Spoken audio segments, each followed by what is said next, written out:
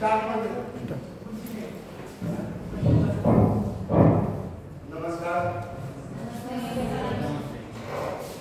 साधारणपणे कुठलाही राजकीय कार्यक्रम असला की आपली पद्धत आहे शिवाजी महाराज की जय, जय भवानी, जय शिवाजी. पण आपण डिसेबिलिटी सेक्टरमध्ये आपल्याला पण स्लोगन पाहिजे ना आपली. तुम्ही तुम्हाला आज आपली डिसेबिलिटी सेक्टरची स्लोगन देणार आहे. तर स्लोगन मी माझ्या भाषेत चालवलं. माझ्या मागून तुम्ही सगळे म्हणा, जैसा है वैसा है, मेरा है प्यारा है. हे डिसेबिलिटी सेक्टरचं अगदी अर्क काय. आपण सगळे जे काय करतोय ते काय करतोय, जैसा है वैसा है, मेरा है प्यारा है, जेवा.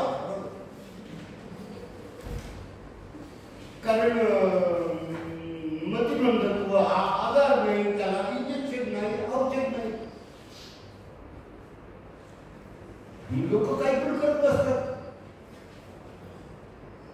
माझ्यासारखा एवढा डिग्री घेतलेला माणूस असेल तर कारण नसताना मला कळेल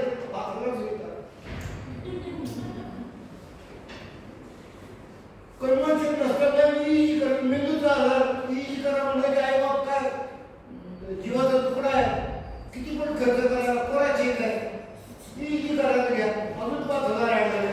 आपल्याला माहिती आहे याच्यात ईजी पण नॉर्मल येणार आहे आणि याचा एमआरआय पण नॉर्मल येणार. मग कशाला करायचं. पण नाही ते पैसे देत करा धंदा म्हणताय. तर डिसेबिलिटी सेक्टर हे असं आहे. पण आपण सर्व्हिस प्रोव्हायडर आहोत. आई वडिलांना त्यांचं डिसेबल्ड मूल मोठं करण्यासाठी सहाय्यक आहोत. We are a helping hand. 100% मुलाची आपल्यावर जबाबदारी नाही, आई वडिलांवर आहे. पण आई वडील तेवढे सक्षम असतीलच असं नाही ना. सगळ्याच मुलांचे आई वडील सारखे कसे असतील, नॉर्मल मुलांचे नसतात तर ॲबनॉर्मल मुलांचे कसे असतील ते समाजातलेच असणार, ऑर्डिनरीच असणार सगळे. तर म्हणून मी पहिलं सुरुवात केली की ही आपली त्यांनी आपण चालू करू आणि त्यांनी आपण शेवट करू, म्हणजे आपल्याला जीवनाचा आपल्या पर्पज सापडेल. तो जय देवा, जैसा है वैसा है, मेरा है प्यारा है, मेरा नाम अनिल मोकाशी.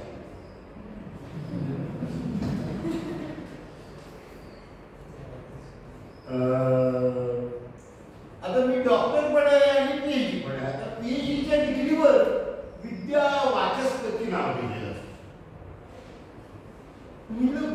पुणे विद्यापीठ जर मला विद्या वाचस्पती आहे अशी डिग्री देत आहे तर मी का नाही लिहायचं. द्यायलाच पाहिजे. मला वाटतं मी पृथ्वीवरचा एकच माणूस आहे जो विद्या वाचस्पती डॉक्टर असं मी हट्टाने लिहितो. सगळीकडे कुठे लिहिताना मी हट्टाने लिहितो, कारण मी त्या क्षेत्रात पीएचडी केली सांगण्यात लाज कशाला वाटायला पाहिजे. मी नागपूरला एमबीबीएस केलं, MD-DCH fellow Indian academy of paediatrics Mumbai केलं. साधारणपणे ही फेलोशिप म्हणजे आमच्या क्षेत्रातली बालरोगतज्ञ क्षेत्रातली पद्मश्री असते, ज्याच्या कामाचा परिणाम पूर्ण देशावरती होतो, देशातल्या मुलांच्या आयुष्यावर होतो, त्यांना ही डिग्री ऑनर दिली जाते. Growth and development of children या विषयात पीएचडी केलेली आहे. एमडी झाल्यानंतर पुढे काही शिकायची गरज नसते. पण मी जर शिक्षणाच्या बाबतीत हौशी कलाकार आहे, त्याच्यामुळे मी विद्यापीठात जाऊन विचारलं तेवढ्या अशी काय नाही मला करायची तर मांडलं ना सगळ्या विषयात आहेत. मग आमच्याच विषयात का नाही? झुलॉजीमध्ये PhD करता येते, बॉटनीमध्ये करता येते, सायकॉलॉजीमध्ये करता येते, सोशल स्टडीजमध्ये करता येते, सायन्समध्ये. माझ्या विषयात का नाही करता येत? ते म्हणे नाही. मी म्हटलं मी अर्ज करतो, तुम्ही मला कारण सांगा का नाही घ्यायचं. मग त्यांच्या विद्वत सभेची मान्यता दिली आणि मग मला PhD आणि मग मी PhD केलं. अनेक वर्ष लागले त्याला. त्याच्यानंतर मी पूर्ण आम्ही माझं हॉस्पिटल होतं 50 वर्ष मी फुल रेंजमध्ये हॉस्पिटल चालवतो. नॉर्मली जसे तुम्ही अनुदानित शिक्षक रिटायर होता किती 65 आहे रिटायर करतात. मी ठरवून 65 ज्या दिवशी रात्री झालो 30 जानेवारी 2015 साली रात्री 12 पर्यंत माझ्या हॉस्पिटलमध्ये पेशंट आलेले सगळे ऍडमिट केले. जगता येणारे, बेशुद्ध, श्वास थांबलेले, प्रीमॅच्युअर, फुल स्पीडमध्ये. पण त्या एका दिवशी रात्री 12 वाजता मी निर्णय आधीच घेऊन ठेवला होता की याच्यानंतर आपण इंडोर बंद आहे. कारण इंडोर प्रॅक्टिस करायला 24 तास सेवा द्यायला लागते. तुम्हाला कुणाचा जीव आपल्या हातात असला तर तुम्ही माझं काही झोपतो, मी जेवायला गेलो चालत नाही, जीव जातो त्याचा. त्याच्यामुळे मी ते नॉर्मली डॉक्टर असं भरल्या ताटावर न उठत नाही, पण मी भरल्या ताटावर न उठतो. आता त्याचं कारण सांगतो. ही अंतरची बात आहे, सोबताची बात नाही. माझी आई स्त्रीरोग तज्ञ होती. मला पैसे कमायची गरजच नव्हती. माझी बायको स्त्रीरोग तज्ञ आहे, अजूनही प्रॅक्टिस करते. ही मला अजूनही पैसे कमवायची गरज नाही. आता माझी सुनबाई मुंबईतील शिक्षिका आहे, अजून गणित आहे. आता काय लागतंय? अजूनही कमायची. म्हणजे जन्माच्या पहिल्या दिवसापासून शेवटच्या दिवसापर्यंत माझ्यावरती कुटुंबासाठी कमवायची जबाबदारी आहे. कमवलं खूप, पण जबाबदारी पैशाची नव्हती. त्याच्यामुळे मी असले जगले मला पाहिजे तसं जगू शकतो. त्याच्यानंतर मी 4 हार्मोनियमच्या परीक्षा दिल्या. मी पुस्तक लिहिलंय, अनेक पुस्तकं लिहिले, बरीचशी पेडियाट्रिक्स बालरोग तज्ञ या विषयामध्ये आहे. मी पोस्ट ग्रॅज्युएट टीचर आहे. माझ्यातून साधारणपणे 200 बालरोग तज्ञ शिकून पास झाले आणि तर मी वागावे असे जगावे असे मनाची संस्कार मला नावाचं पुस्तक लिहिलेलं आहे. आणि सध्या मी उज्ज्वल भवितव्य शालेय आरोग्य सेवा देतो. रिटायर होऊन मी काय करतो तर स्कूल हेल्थ सर्व्हिस चालवतो. माझं बरंचसं काम हेल्थ म्हणजे नुसतं ताप, सर्दी, खोकला, उलटी जुलाब नाही. हेल्थ म्हणजे नुसतं इम्युनायझेशन नाही. मग शैक्षणिक,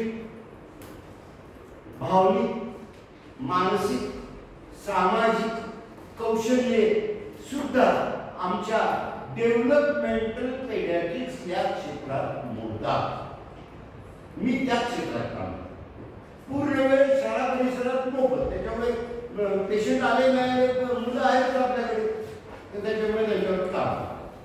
बालकांनी त्यांची शाळा स्थापन केली आहे. मध्यबंद मुंबईत मुलांची शाळा आहे. पूर्व प्राथमिक शाळा पण चालू केलेली आहे. कारण नुसतं मध्यबंद मुंबईत असलं तर तेवढी रौनक नसते.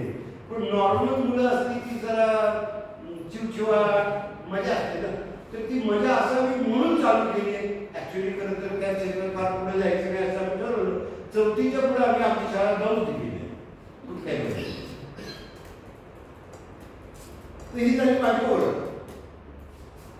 आता आजचा विषय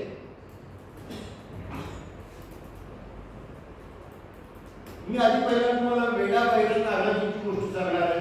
नंतर प्रॉब्लेम चाइल्ड, ऍक्सेप्टन्स जैसा है वैसा है, education formal, vocational, non formal, computer model of learning, learn to do काय करता येतं महत्वाचं आहे. माझ्या स्वप्नातला तुम्ही शिकवता ते मला समजत नसेल तर मला समजेल असे तुम्ही शिकवा. घरची कार्यशाळा, लेखन वाचन रहित बालवाडी अभ्यासक्रम, मूकबधिर जनतासाठी 10 फलक संदेश मी सांगणार आहे, मतिमंद मुलांसाठी 10 फलक संदेश सांगणार आहे आणि शेवटी मी आतापर्यंत 150 गोष्टी मुलांना सांगितल्या शाळेतल्या स्वतः लिहून आणि मतिमंद मूकबधिर मुलांना पण मी गोष्टी सांगतो, पूर्व प्राथमिक प्राथमिक मुलांना पण गोष्टी सांगतो, भारतीय इतिहासाच्या गोष्टी सध्या माझ्या चालू आहेत. याच्या आधी मी 1 वर्षभर रामायणाच्या गोष्टी मुलांना सांगितल्या. मतिमंद मुलांना रामायणाच्या गोष्टी सांगणे, मूकबधिर मुलांना रामायणाच्या गोष्टी सांगणे, 1ली 2री 3रीच्या मुलांना रामायणाच्या गोष्टी सांगणे अशक्य अस्तित्वात नाही. पण मला ते जमलं, मी त्या गोष्टी लिहिल्या, त्यांना समजतील अशा आणि सांगतो. तर त्यातली मी एक गोष्ट तुम्हाला व्हिडिओ ऐकवणार आहे. तर हा माझा आजचा अजेंडा आहे. तर आता वेडा बहिरा तानाजी,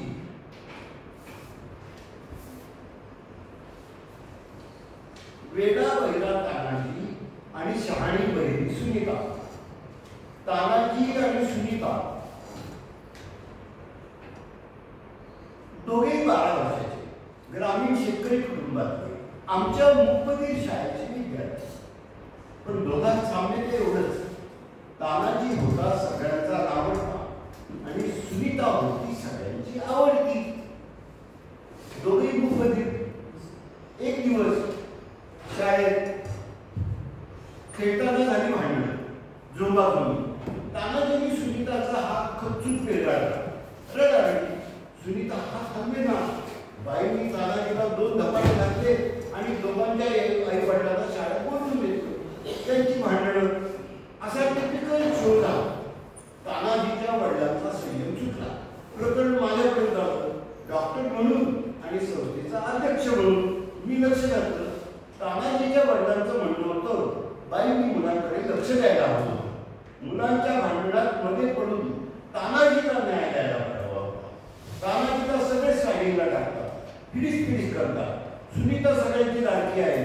शिक्षक पार्शालिटी करतात. असल्या शिक्षकांना शाळेतून काढून टाकायला पाहिजे वगैरे वगैरे वगैरे. म्हणजे तुमच्या लक्षात असेल त्या ड्रामावर आला. सुनीताचा हात मुरगळला. फ्रॅक्चर डिस्लोकेशन होतं, एक डॉक्टर म्हणून होती. म्हणजे प्रॉब्लेम सोशल होता, मेडिकल होता. मी दोघांच्याही केस हिस्ट्री बघायचं ठरवलं. दोघांच्याही पालकांना लक्ष घालून मी प्रश्न सोडली असं सांगून समाजाने मी घरी पाठवलं. वेडा बहिरा तानाजी. तानाजी फार बहिरा आहे हे त्याच्या आईवडिलांना तो 4 वर्षाचा होईपर्यंत समजलंच नाही. तो हट्टी आहे, आळशी आहे, ग आहे असंच ते समजत नाही. उशिरा निदान. तो वर्षाचा होईपर्यंत छानच होता. 1.5 वर्षाला तो चालायला खेळायला लागला. त्याला एक लता नावाची बहीण घरात आली. सगळे मजेत होते. तानाजी खुश होता. लवकरच लता हसू लागली. आईला प्रतिसाद देऊ लागली. आई ही लताशी बोले, तिला खेळवे. तानाजी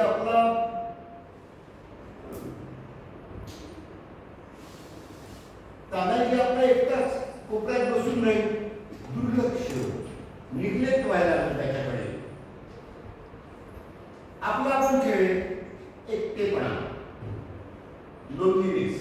त्याला आईचा आणि लताचा खूप राग आहे. या लतीमुळे आई आपल्याकडे दुर्लक्ष करते असं त्याला वाटतं. एकदा तर त्यांनी 2 वर्षाच्या लताचा हात जोराने पिळगळला. लता कळवळून रडू लागली. सिबलिंग आहे. तानाजी मात्र खरा हसू लागला. सूड बुद्धी. तानाजीचा क्रूरपणा पाहून आईने ठरवलं, या वेड्या मुलापासून आपल्या मुलीला वाचवलं पाहिजे. आईचे धपाटे, त्रागात, परत बाबांचे धपाटे. अख्खा दिवस रडारडीत गेला. एकदा तानाजीच्या आईला शेजारणींनी पाणवठ्यावर विचारलं, तुझा तानाजी बहिरा आहे काय? अजून बोलत नाही. आईला रागच आला. वाह, छान ऐकू येते तर, ती पणकारांनी म्हणाली. समोरून येणाऱ्या तानाजीला तिने मोठ्याने हात मारली. हाताने खूप करून बोलवलं. तानाजी थांबला. आईकडे आला. बघा, ऐकायचं कधी माझ्या लेकाला, उभं त्याला काही वेळ बोलू नका. शेजारी वर रमली. आपल्या बाबांना निघून गेली. अपंगत्व मान्य करणे. आईला मान्य नव्हतं अपंग आहे आपलं बाळ. इथे मेन प्रॉब्लेम येतो. लताची मात्र अखंड बडबड, अंगणवाडी, मित्रमैत्रिणी, बालगीते, नाच, छान छान फ्रॉक, धमाल. तानाजी मात्र एकटाच भुईला भार आणि धरणीला काळ. आपला आपण खेळायचा सोशल सिच्युएशन, आपला आपण खेळायचा सोशल सिच्युएशन. अलग पडणे, चिरका बिब्बा, लहरी, आकर्षणा, मानसिकतेत बदल. तानाजीला कोणी खेळायला घेना, त्याला घेतलं तर भांडण, नाहीतर रडारडी. सगळ्यांनी ठरवलं नकोच त्याच्या वाटा जायला. लता गोड होती, तानाजी कडू होता. लता हुशार होती, तानाजी ढ होता. लता लाडकी होती, तानाजी दोडका होता. लता शाळी होती, तानाजी वेडा होता, बिघडलेला होता. एकदा आई बरोबर लता आणि तानाजी बाजारात गेले. लताने खेळाचा हट्ट धरला. आईने दोघांनाही खेळी घेऊन दिली. लता आणि आई पुढे, तानाजी रमत रमत आपल्याच नादात मागे. तानाजीला दुकानदाराच्या पाठीत एक छान रसरशीत आंबा दिसला. त्यांनी निर्व्यासपणे तो उचलला आणि चोखत चोखत चालू लागला. दुकानदारांनी आरडाओरडा केला. तानाजीचं बोकडं धरलं आणि चोर चोर म्हणून फटके मारू लागला. आईने जोरदार मारहाण केली. तोंडाचा फटका सोडला. 4 चौघात तिचा अपमान झाला. सगळ्यांच्या वागण्याचा तानाजीने राग आला. त्यांनी अंग टाकून दिलं. जमिनीवर लोळवून घेतली. हातपाय झाडू लागला. किंचाळून ओरडू लागला. या भया काय ग कहाणी पार तुझं चोर ते चोरांवर नाटक करतंय. बाजूवाली म्हणाली. आईला कानाकोंड झालं. शेवटी दिन नरमली. भर बाजारात तानाजीच्या पायाकडे म्हणाली, तुला अजून एक आंबा घेऊन देते, पण गुमान घरी चल. चुकीच्या वर्तणुकीबद्दल त्याला बक्षीस मिळालं. चुकीच्या वर्तणुकीबद्दल बक्षीस. त्याला समजलं असं वागलं की बक्षीस.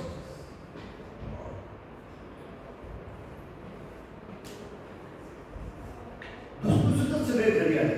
तानाजीला वाटलं प्रश्न मिटला. पण तानाजीच्या वडिलांना संध्याकाळी घरी आल्यावर बाजारातली घटना कळली. मुलगा पिळू लागलाय, चोरी करू लागलाय. आत्ताच त्याला वट्टीवर आणायला पाहिजे, नाही तर हातावायला जाईल. असे ठरवून ते तानाजीकडे रागाने बघून ओरडले, तू पाहिजे ते बागाला कधी शिकणार आहेस? साधे 4 शब्द बोलायला जर प्रयत्न करत नाही का आमच्या मुलावर आलायस? मूर्ख आहेस, नालायक आहेस, वेडा आहेस. सोबत प्रत्येक वाक्याच्या एक धपाट. तानाजी वडिलांकडे बघतच राहिला. ते काय बोलतायत हे समजत नव्हतं. आपण कुणालाच आवडत नाही हे त्याच्या लक्षात. हे सगळं लता सगळ्याची लाटकी असल्यामुळे होतंय असं त्यांनी मनाशी ठरवलं आणि वडिलांच्या तावडीतून हिसका घेऊन सुटका करून घेतली. घराबाहेर पडून गेला. 4 तास छान कॅनॉलच्या कडेकडेनी तो सांभाळत तो चालतच राहिला. भूक लागल्यावर खाली मान घालून परत घरात आला. कुणी त्याची दखलही घेतली नाही. मुकाट्याने घेऊन झोपला. अख्खा दिवस वाईट गेला. खरं तर तानाजीचा उजाडणारा प्रत्येक दिवस वाईटच जातो. कधी कधी त्याला वाटायचं रात्र झाल्यानंतर परत दिवस उजाडूच नये. सुसाइडल टेंडन्सी, नकोच ती कटकट. तानाजीची बाबू बिघडतच चालली. तो जास्त वेळ घराबाहेर राहू लागला. मध्येच काही कुठे झालं तरी 4-6 तास बाहेर होऊ लागला. ट्रुआन्सी म्हणतात त्याला, ट्रुआन्सी, पळून जाणे. कुणाच्या आदेश नको मजा येईल. आपलं आपण मनसोक्त फिरावं, पाण्यात तुंबावं, झाडावर चढावं, चिंचा, बोरं, कैऱ्या खाव्या, गोट्या खेळाव्या, पतंग उडवावे. हे गोट्याचं एक नवीन प्रकरण तानाजीच्या हाती लागलं. गोट्यांमध्ये तानाजी नंबर 1 होता. गावातल्या सगळ्या मुलांना भारी होता. शेवटी एक दिवस वैतागून त्याच्या आईने त्याला मूक बधिरांच्या शाळेत आणलं. शाळेत श्रवण चाचणी झाली. तानाजी बहिरा आहे यावर शिक्कामोर्तब झालं. शाळा तो सुरू झाली. पण स्वभाव सारखाच राहण्यात राहिला. तानाजीला त्यांनी आपलं मानेच ना, जो तो त्याला हिच करी आणि त्यातूनच हे मारामारीचं प्रकरण निर्माण झालं. त्याचे वडील म्हणाले, याला शाळेतून काढूनच टाकू, जाऊ दे, गोट्या खेळत बसू दे दिवसभर, मी खंबीर आहे जन्मभर पोसायला. माझ्या डोक्यात प्रकाश पडला. अरे ही तर याची क्षमता आहे, तीच आपण डेव्हलप करू आणि खिलाडू वृत्तीच्या आधारे आपण याचं सोशलायझेशन करू. शाळेतल्या सर्व मुलांना 10-10 गोट्या आणून दिल्या, शाळेतच गोट्यांच्या स्पर्धा घेतल्या. संपूर्ण स्पर्धेमध्ये तानाजी हिरो होता, तो पहिला आला. सगळ्यांच्या गोट्या त्यांनी जिंकून घेतल्या. गोट्याच्या ओझ्याने तानाजीचे खिसे ओतून गेले. जाता येता गोट्यांचा फुटफुट आवाज करण्यात त्याला खूप मजा यायची. मग पतंगाच्या स्पर्धा आल्या, मग मलखांब, कबड्डी, खो खो, सगळीकडे हात धरून पहिला. मूक बधिरांच्या जिल्हा पातळीवर आंतरशालेय स्पर्धेत तानाजीला बक्षीस. शरद पवारांच्या हस्ते बक्षीस घेताना तानाजीला बघून सगळ्यांचा ओढ अभिमानाने भरून आला. पाणावल्या डोळ्यांनी त्याच्या वडिलांनी लांबूनच हात जोडून नमस्कार केला. त्यांच्या डोळ्यात थँक्यू. तानाजी आणि शरद पवारांचा फोटो सकाळमध्ये छापून आला. इल्लाज केलेला फोटो बैठकीच्या खोलीत लागला. तानाजीमुळे कुटुंबाला ऍक्टिव्हिटी मिळाली होती. तानाजींनी कुटुंबाचं नाव रोशन केलं होतं. तानाजीचा शाळेत खरा भावकी वट वाढला होता. मला समाधान वाटलं. तानाजीच्या डोळ्यात मला प्रशिक्षित खेळ शिक्षकाचा आत्मविश्वास दिसून आला होता. आता तो वेळा पहिला तानाजी राहिला नव्हता. ते काम आहे ते काम आहे आपण या कोणातून आपल्याला शहाणी बैठकी जेमतेम 10 महिन्याची असं तेव्हा. तिचा मोठा भाऊ लक्ष्मण 7 वर्षाचा होता. लक्ष्मणच्या शाळेत अपंग दिनानिमित्त झालेल्या असताना डॉक्टरांनी घरच्या घरी ऐकणं त्याची तपासणी कशी करायची हे शिकवलं. लक्ष्मणनी घरी आलेल्या सुनीताच्या मागे उभं राहून हात मारली. सुनीताने काही मागे वळून बघितलं नाही. देवघरात घंटी आणून मागे वाजवली. तिला आपल्याच नादात रणजित बॉलशी खेळत राहिली. तिने अगदी पापडी देखील हलवली. मग त्याने खाली आली आणि पळी मारून जोरदार आवाज केला. चमकून सुनीताने मागे वळून पाहिजे. लक्ष्मणनी आईवडिलांना सांगितलं की सुनीताला ऐकूच येत नाही.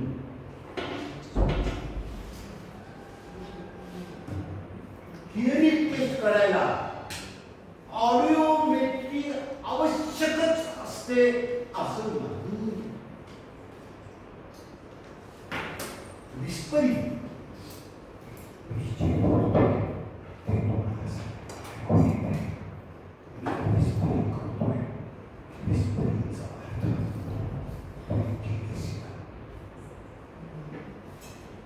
तुम्हाला सगळ्यांना 20 डेजवर ऐकू येत आहे.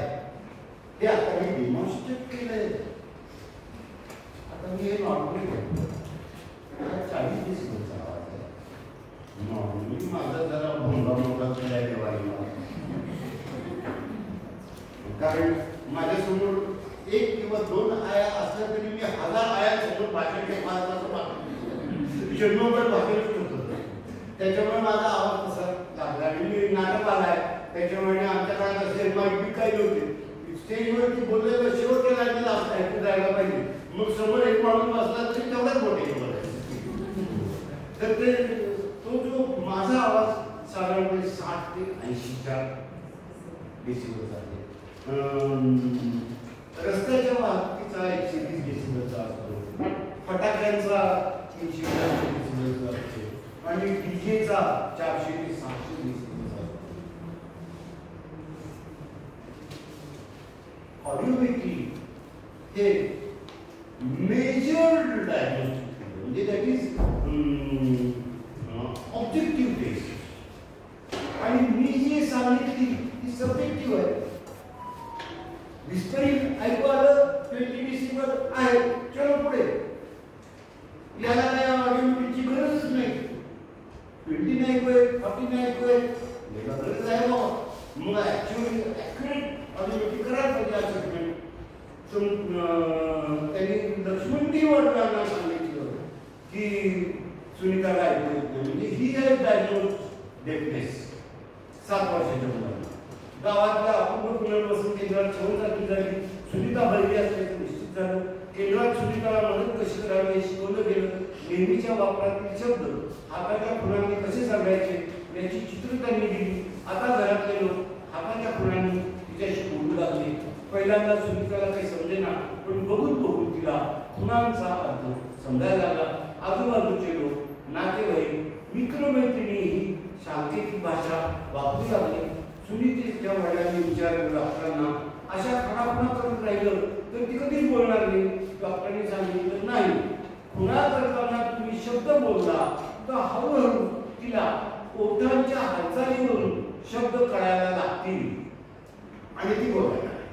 ओठांच्या हालचालीवरून शब्द ओळखायला अनेक वर्षांची प्रॅक्टिस लागते. फार महत्वाचं वाक्य आहे.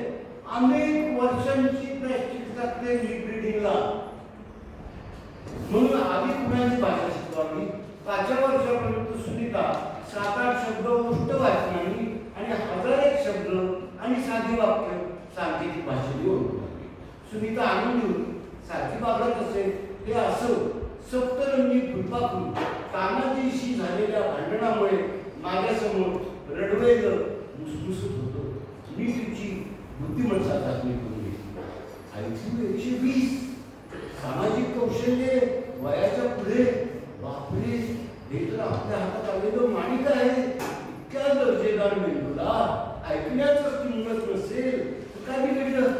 गोष्टी आहेत, स्पर्श आहे, वास आहे आणि चव आहे. या संवेदनाच्या मार्गाने आपण जगाची ओळख, जगाची माहिती तिच्या मेंदूकडे पोहोचू. This is called as multi sensory teaching program. Multi sensory teaching म्हणजे काय?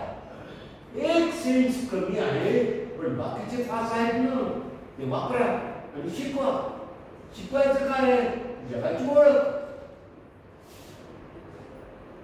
आता सुनीता आमच्या शाळेतील सर्वात हुशार मुलगी आहे. सगळ्या गोष्टीत भाग घेते. अभ्यास, लिहिणे, गोष्टीची पुस्तकं वाचणे, सुंदर हस्ताक्षर, खेळ, चित्रकला, नृत्य सगळीकडे ही पुढे.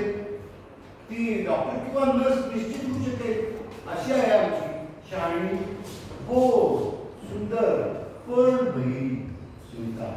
दोघंही मुखबधीर होते, पण एकाला त्याच्या घरच्यांनी चुकीच्या हँडलिंगमुळे बिघडवलं. एकीला तिच्या घरच्यांनी योग्य हाताळणी करून शहाणी केली. शहाणं असणं, वेडं असणं हे हाताळणीवर अवलंबून आहे. मुखबधीर असणं तर कर्मबधीर बालकांच्या साठी काही मेसेजेस आहेत. लवकर निदाना, लवकर उपचार, जास्त पाहिला, याच्यात काही विचार पुढे जात नाही. कर्मबधिरता ही सामाजिक समस्या आहे, वैद्यकीय नाही.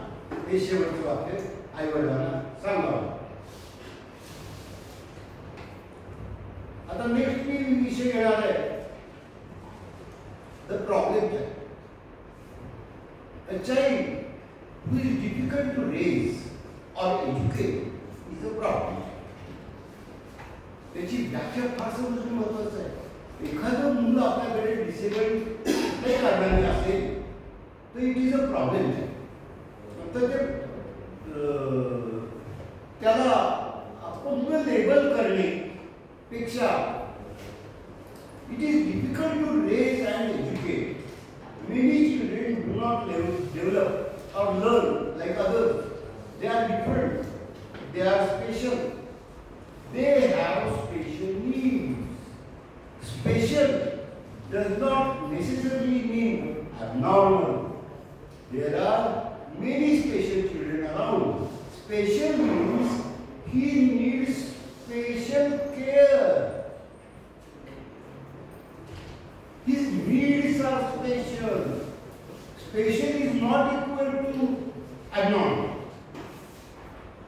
So special children तुमचे mental handicap, hearing handicap, physical handicap, no learner, dyslexia, learning disability, ADHD, autism spectrum, psychiatric problem, behavior problem, street children, broken family, death of father mother, orphans, juvenile delinquents, remand home inmates, children of convicts, wandering families, children of prostitutes, disaster children, children with chronic illnesses, cardiac, respiratory, GI, renal, neurological, hematological, genetic, endocrine, autoimmune, metabolic disorders. The list is only in it is a community pediatric problem. The causes problem in child, problems in family, problems in community, problems in school. The causes are classified according to etiology. The pediatrician is the first contact person in case of any childhood problem. मी हे लेख pediatrician साठी त्याच्यामुळे it is addressed to pediatrician. हे तो otherwise. He is supposed to identify and institute remedial measures. Calling any problem multidisciplinary is counterproductive. When everybody is responsible, in fact, nobody is responsible. Here comes the role of child advocacy. Family and community connections with school is many times answer to educational needs of a problem child. Special problem, scholastic backwardness, school progress card, special school.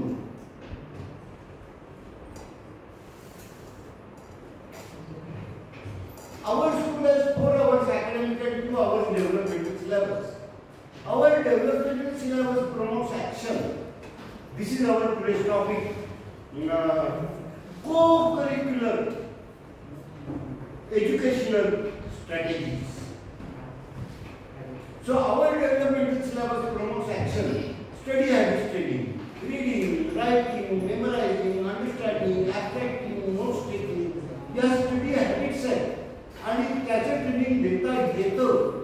Social skills training, behaviour in family, behaviour in special group, peer group, school, behavior in community, competitive examinations, children's competitions, science project, library, theme trips.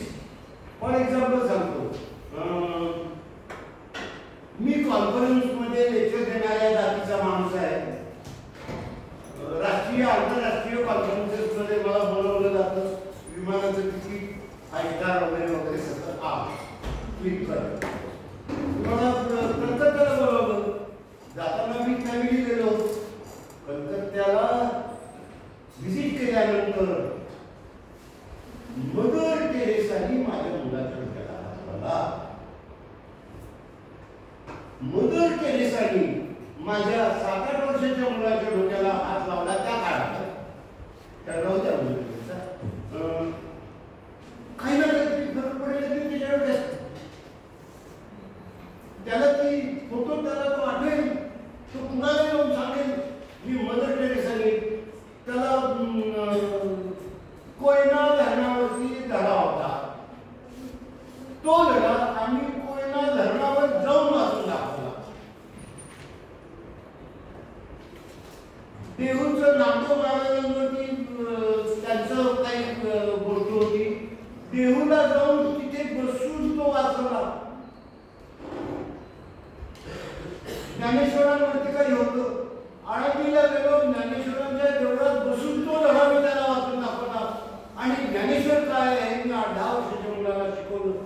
त्यावेळेला माहिती होतं आमची सुंदर आळंदीची येणार म्हणून. नाही तिच्या घरी गेलो. ती आळंदीची आहे पण आम्ही गेलो होतो तर त्याला माहीत पाहिजे ना आळंदी काय भानगड ती. नंतर ते लग्न ठरल्यानंतर लग्न व्हायचं आणि मोटरसायकलवरून पडायचं. तसंच आता माझ्या नातवाला तो गायक आहे. पावनखिंडीमध्ये खाली उतरून तिथे त्यांनी पोवाडा गायला. बारीक होती पाण्याचा काय आम्ही म्हातारा झाल्यामुळे खाली उतरवले. एवढं कुठं एकटा गेला गाईडवर आणि तिथे जाऊन त्यांनी पोवाडा म्हणा घनघडी लावायला. 400-500 लोक होते तिथे टुरिस्ट. सगळ्यांनी कौतुक केले. नंतर तसंच आम्ही ट्रिपला त्याला घेऊन गेलो. दिस इज थीम ट्रिप. त्या विषयावर थीम ट्रिपवरती आलो आपण. Trip based on curricular topics. हे अंमलात आणायचे असतात आईवडिलांनी. शाळा सुद्धा कुठला धडा आहे तिथे जाऊन आपण तो धडा शिकतो. अंदमानला गेलो, सेल्युलर जेलमध्ये गेलो. सेल्युलर जेलमध्ये तिथे सावरकर जेलमध्ये होते, तिथे जाऊन माझ्या नातवानी जयोस्तुते खणखणीत गाणं म्हणून दाखवलं. हजारो लोकांनी टाळ्या वाजवल्या. हे अनुभव तो कधीही आयुष्यभर विसरणार नाही.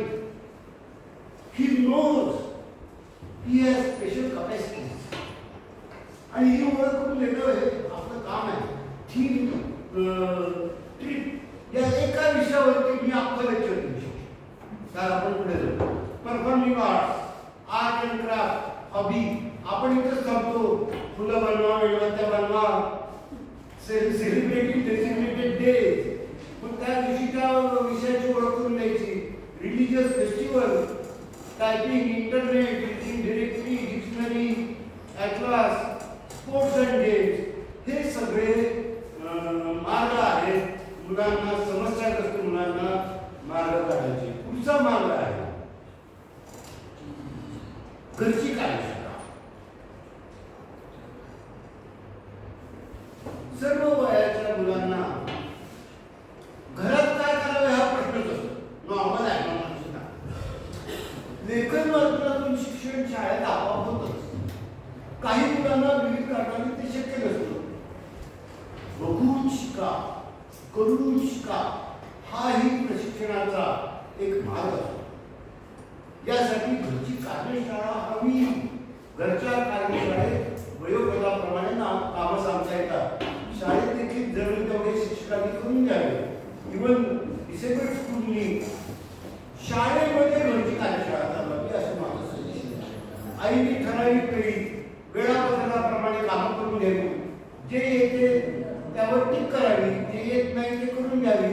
केल्याने होत आहे आधी केल्याची पाहिजे. मुलाला काय येते यापेक्षा काय करता येते हे महत्वाचे आहे. मुलांना कामात गुंतवणे गरजेचे आहे. माझ्याकडे एक आहे MA BA काय करते ती म्हणे बाबाची शिक्षक आहे. म्हणजे तू MA BA कॉलेजमध्ये प्रोफेसर का नाही झाली? ते म्हणजे घराची नवी बाबाडी आहे आणि त्याची आर्थिक परिस्थिती चांगली आहे. ते नोकरी शोधत बसू. मी त्या बाबाची शिक्षिका होते. मला चांगला मला आनंद आहे त्याच्यामध्ये. आणि 3-4 तासच मला काम करावं लागतं. I am happy with my job. म्हणजे तुला किती पगार मिळतो? तिला 3000 रुपये पगार मिळतो. म्हणजे मला तेवढी काय करतात कॉलेजची बॅग पडली म्हणून माझ्याकडे आणलं होतं. शाळेत शैक्षणिक समस्या होत्या ते आपली भाषा. ते काय करतात सोन्या चांदीचा व्यवसाय आहे. त्यांची काय कमाई किती महिन्याला? 1-2 लाख रुपये आहे. काही तुम्ही तिला बाळाला तुमच्या बाळाने का आणला? त्याच्या वडिलाचा असिस्टंट का नाही करायचं? 1-2 लाख रुपये कमवेल. तुमच्या बाळाने काय करतं परत 3000 लागतं.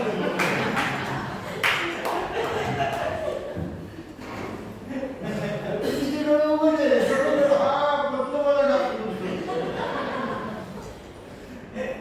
तर त्यासाठी हे काय येतं शिक्षा काय करता येतं हे महत्वाचं आहे.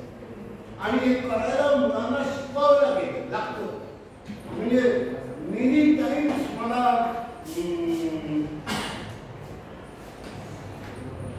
जी माझ्या बरोबरची माझ्या भावंडांची काय शिक्षण झाले, मी कॉम्प्युटर इंजिनियर झाले आणि परदेशात गेले, परत जन्मभर करून देतात ते वायाच गेली तर काय बापांसाठी. आणि त्यांना जे काय करते की माझ्या मुलाला मी असं तयार केलं की काय येत नाही असं नाहीच आहे. काही पण काम करणार त्याने येतं सगळंच येत कर. म्हणजे त्या वरतीकडे झाडाचा पाला काढेल, खांद्यात ओढेल, काय पण करेल. तो 7वी-8वीत होता आणि माझ्या एका मित्राने खूप बिझी डॉक्टर होतो, नामांकित पण होतो, खूप गर्दी होती.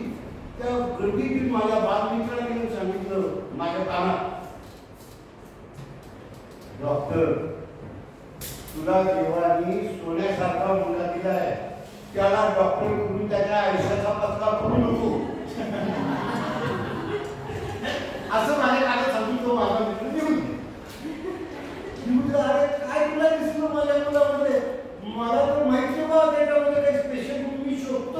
मी डेव्हलपमेंट विषय आहे, मला तर काही त्याच्यात अजून पेशंट म्हणून दिसला नाहीये. तुला का वाटतं हा एवढा सोन्यासारखा मुलगा आहे म्हणून? तो म्हणला चल बाहेर. तो रस्त्यावरती गाडी होती कार, त्याच्या खाली जमिनीवर बसलेला होता आणि खालची बाय उभं होतो. 7 वाटायचा मुलगा. देवमुळे त्याला लाज नाही वाटत. तो स्वतःला बडेबाप का बेटा मानत नाही. तो जमिनीवर झोपलाय, हे खरं सोनं आहे, सांभाळ त्याला म्हणला.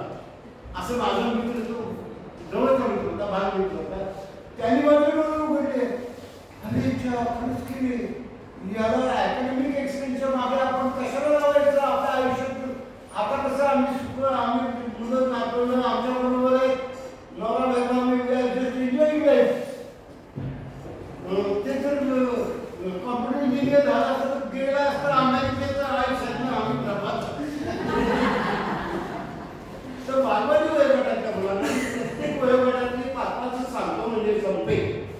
आणि याचे सगळ्यांचे लेख तुम्ही अंकिता मॅडमकडून मागू शकता, अश्विनी मॅडमकडून मागून घेऊ शकता. याच्या कॉपीज तुम्ही मागून घेऊ शकता. कांदे बटाटे वेगळे करणे, शेंगा मिरच्या वेगळे करणे, गहू तांदूळ वेगळे करणे, मुद्दामून 2 चमचे साबुदाणा आणि 2 चमचे साखर मिक्स करायची आणि त्याला सांगायचं साबुदाणा याच्यात टाक, साखर याच्यातच लावते. साबुदाणा उचलून ते टाकतात, बरोबर 300 ग्रास येते. त्याचा अर्धा तास गेला, आपल्याला अर्धा तास काय स्वयंपाक करायचे, कोणी बिल्डी जाणार नाही. तर माती काम करणे, पिठाच्या गोळा करणे, ताक घुसळणे, हळूहळू कठीण काम. उकडलेले बटाटे चिरणे, 1ली ते 3रीतल्या मुलांना भाजी निवडणे, कडधान्य निवडणे, चहा गाळणे, काकडीची साल काढणे, साबण पावडर पाण्यात भिजवून कपडे भिजवणे, पोळी लाटणे, गाजर मुळा बीट चवळीच्या शेंगा निवडणे, लाडू वळणे, पेनात टिफिन टाकणे, 4थी 5वीतल्या मुलांना तांदूळ निवडणे, धान्य साफ करणे, चिकट भांडी साबणाने धुणे, स्वतःचे जेवलेले ताटवाटी घालून ठेवणे, स्वतःचे जेवलेले ताटवाटी मी सुद्धा अजून गेली सुनबाई बाहेर माझं मी घालून ठेवतो रोज. आतापर्यंत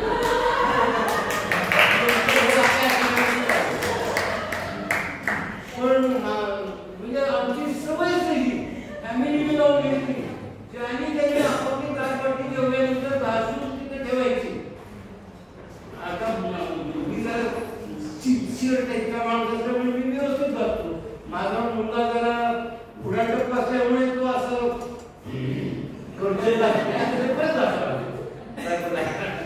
का रात्रीचं नाटक करतो.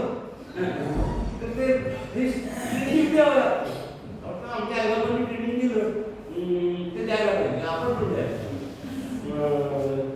तांदूळ धुणे, अंडी उकडणे, शर्टाची बटणे लावणे, साखर मुलांना भरत काम करणे, लिंबू सरबत करणे, कपडे वाळत घालणे, खोबरे वाटणे, बल्ब लावणे, बेडकार्ड बनवणे, भरत काम करणे, घरच्या भिंती पुसणे, नारळ ठेवणे, पापड भाजणे, लहान लहान कपड्याला इस्त्री करणे, इथपर्यंत अनेक काम जी आपण करायला शिकवायला पाहिजे आणि करून शिका. आता इथे आपण पुढच्या मुद्द्यावरती घेऊया.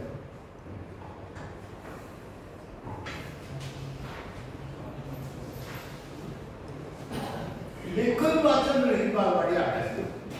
लेखन रहित वाचन बालवाडीला अपेक्षित नाहीये. पहिली नंतर लेखन वाचन अपेक्षित आहे. आता हे सगळं लेखन वाचन सगळं इंग्लिश मिडियम आल्यापासून शिक्षण क्षेत्राचा पछाडा आहे. जे आहे ते आहे आता त्याला काही गरज पण पस्ता झाला एवढं वाटतं खरं. याचं कारण लेखन वाचनाला जरुरीपेक्षा जास्त महत्त्व दिलं आहे. मी नेहमी उदाहरण सांगतो. वसंतराव पाटील 4थी पास होते, त्यांच्या हाताने 10,000 आहेत. 10,000 आहे सरकारांनी काय काम करायचं हे सांगण्याची अक्कल त्यांना. म्हणून ते मुख्यमंत्री होते, केंद्रीय मंत्री होते, गव्हर्नर होते, उगीच नव्हते. तेवढे त्यांना वृत्ती होती. फक्त लेखन वाचन डिग्री नॉट इम्पॉर्टंट. तुम्हाला करता येतं हे महत्वाचं आहे. बालविकासाच्या छात्रसमोर करून शिका अभ्यासक्रम आपला आहे. शाळेत शिकवणार शिक्षिकेने आईकडून करून घ्यावं.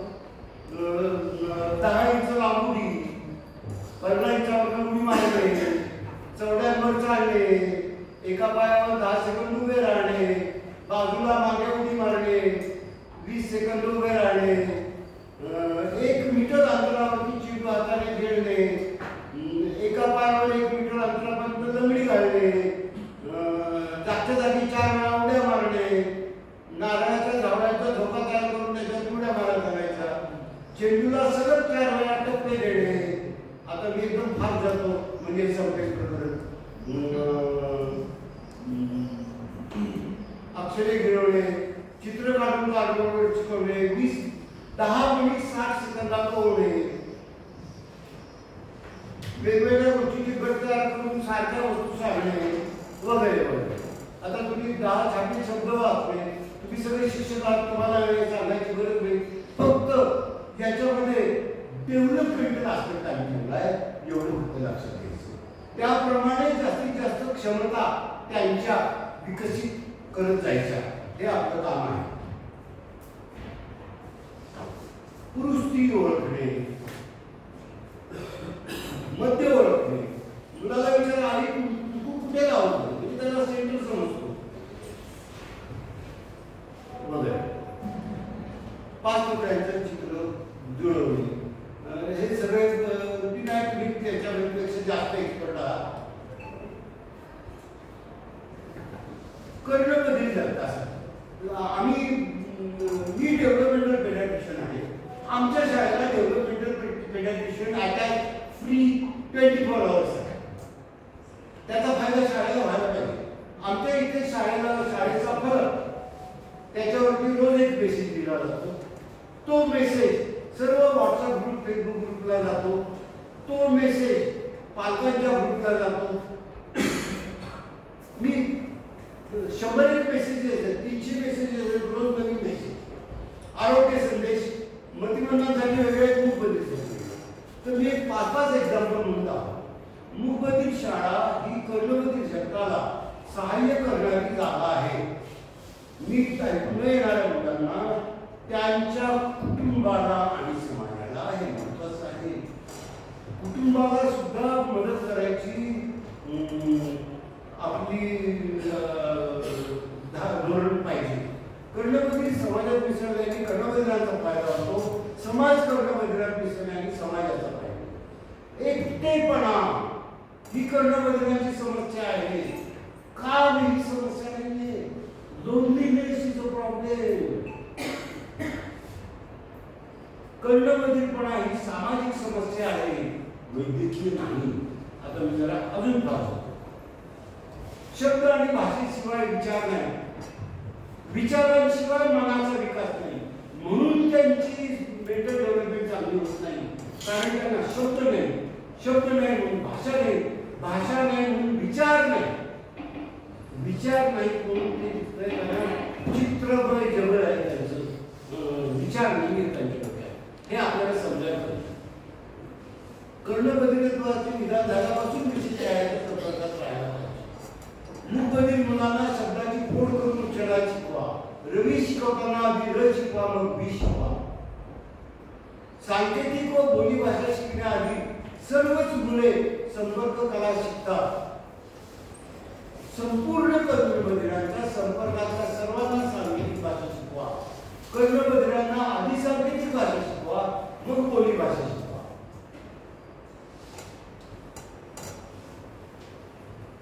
आवाज ऐकू येणे व ऐकणे या वेगळ्या गोष्टी आहेत. ऐकू येणे व ऐकणे या वेगळ्या गोष्टी आहेत. ऐकू येणे हे कानाचे काम आहे आणि ऐकणे हे मेंदूचे काम आहे. ऐकण्यासाठी मेंदू लागतो आणि ऐकू येण्यासाठी काम.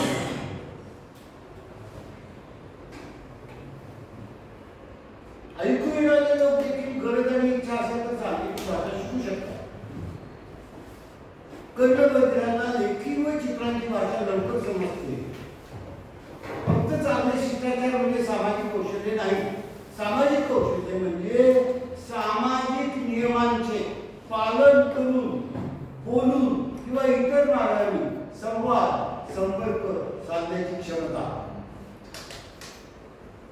सामाजिक कौशल्य शिकवण्याने काय होतं? लक्ष देणे, लक्ष वेधून घेणे, आपुलकी, मदत, भावना, गरजा योग्य प्रकारे सांगणे, प्रभावीपणे संवाद साधणे, हे सामाजिक कौशल्य महत्वाचं. काय माहिती का? IQ can never be raised. एकदा जर देवाने बुद्धिमत्ता दिली ती दिली, परफॉर्मन्स करणे आहे का बुद्धिमत्तेला? म्हणजे माझ्यासारखाच हुशार एखादा शेतमजुराचा मुलगा असेल तर तो माझ्यासारखा वाढवतो नाही होणार, कारण त्याला माझ्यासारखं लक्झरी मिळालं नाही.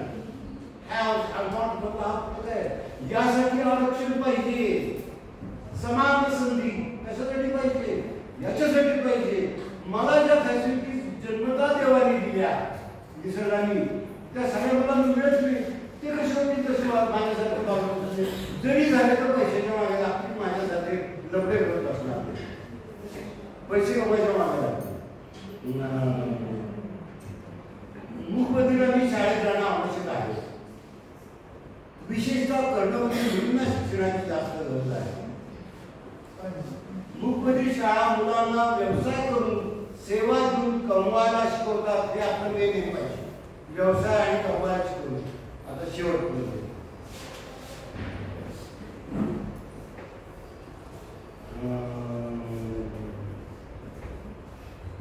पालकांच्या चुकीमुळे, कुणाच्या दुष्ट शापामुळे बहिरेपणा कधीच येत नाही.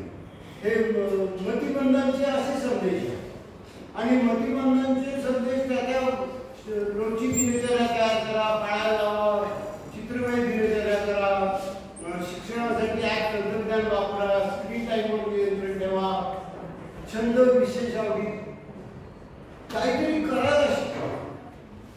लेखन वाचन काय त्यांचं मार्ग नाही. आता मी शेवट करायला येतोय. आता आम्ही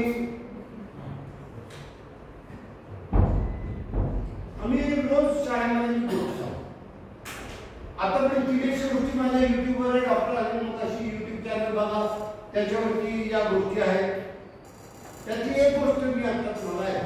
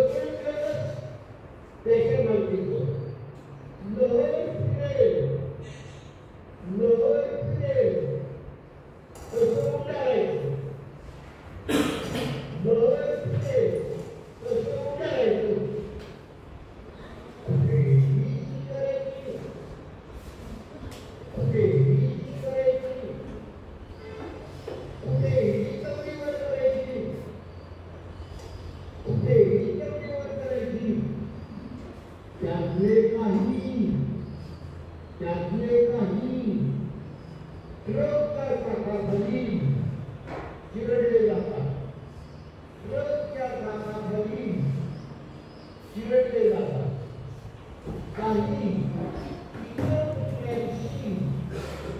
भांडताना मरतात, काही इतर कुत्र्यांशी भांडताना मरतात, काही आजाराने भासणारी मरतात, काहींना नगरपालिकेची व्हॅन पकडून देते, काहींना नगरपालिकेची व्हॅन पकडून देते.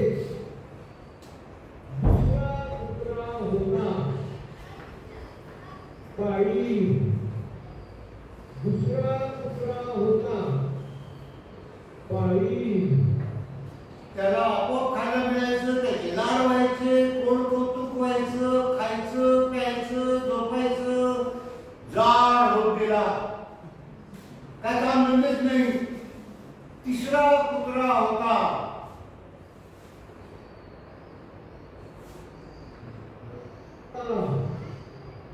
आर्मीचा, तिसरा कुत्रा होता आर्मीचा. नामांकित होता, नामांकित होता, निवड करून घेतलेला, निवड करून घेतलेला. हुशार, चला कामशू, हुशार, चला कामशू. धाडसी, स्ट्रॉंग अँड स्ट्रोक.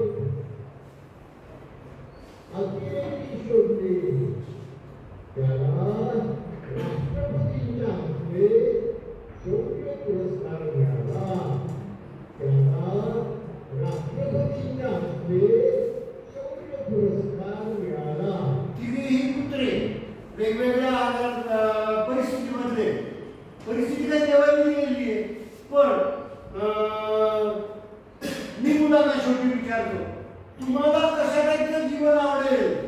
मोकाट भरकटलेलं का घरचं पाळीव खाऊन पिऊन तांबड्यावर झोपायचं, की स्ट्रॉंग स्टाउट?